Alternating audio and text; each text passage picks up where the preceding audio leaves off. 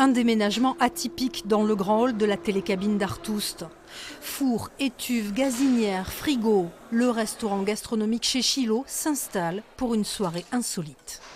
Vous nous avez vu monter tout le matériel, c'est sûr que c'est plus compliqué, mais voilà, il faut toujours s'adapter. On est dans des métiers où il faut constamment s'adapter à la demande du client. Et voilà, donc là on est là pour ça et puis voilà, ça va bien se passer, je pense. En entrée, on aura une terrine de garbure avec une sauce au vieux jambon. Et ensuite, on aura une canette à l'orange et une frite de polenta basque. Au même moment, les convives prennent l'apéritif en bas. Une quarantaine de personnes intriguées par le concept et impatientes de vivre une expérience. C'est bon, ils sont prêts? Allez, c'est parti. Les invités prennent place. Entrée et plat sont servis en même temps dans chaque cabine avant le démarrage.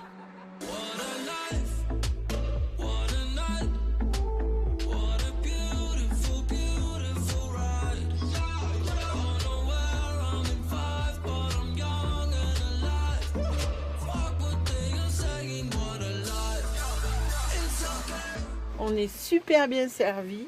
La télécommune, elle bouge pas. Même pour ceux qui ont peur du vide, bon là, il fait noir, on voit rien, mais on n'est pas ballotté du tout et c'est une expérience vraiment à vivre. C'est bizarre de manger dans une cabine comme ça, qui ballotte un petit peu pour moi, mais bon, ça va, c'est bon. Au sommet, changement de plat, fromage, dessert et bonne humeur pour la descente.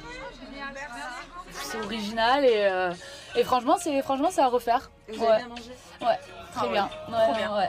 C'était vraiment Du bien. coup, peut-être à faire de journée aussi. On se disait que pour voir le décor, pour voir le pic du Midi d'Osso, peut-être à faire en journée. La télécabine circule à vitesse lente pour profiter du moment. 1 heure de voyage insolite et des souvenirs dans les papilles.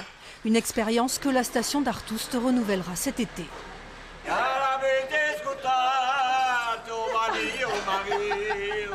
Et bonsoir.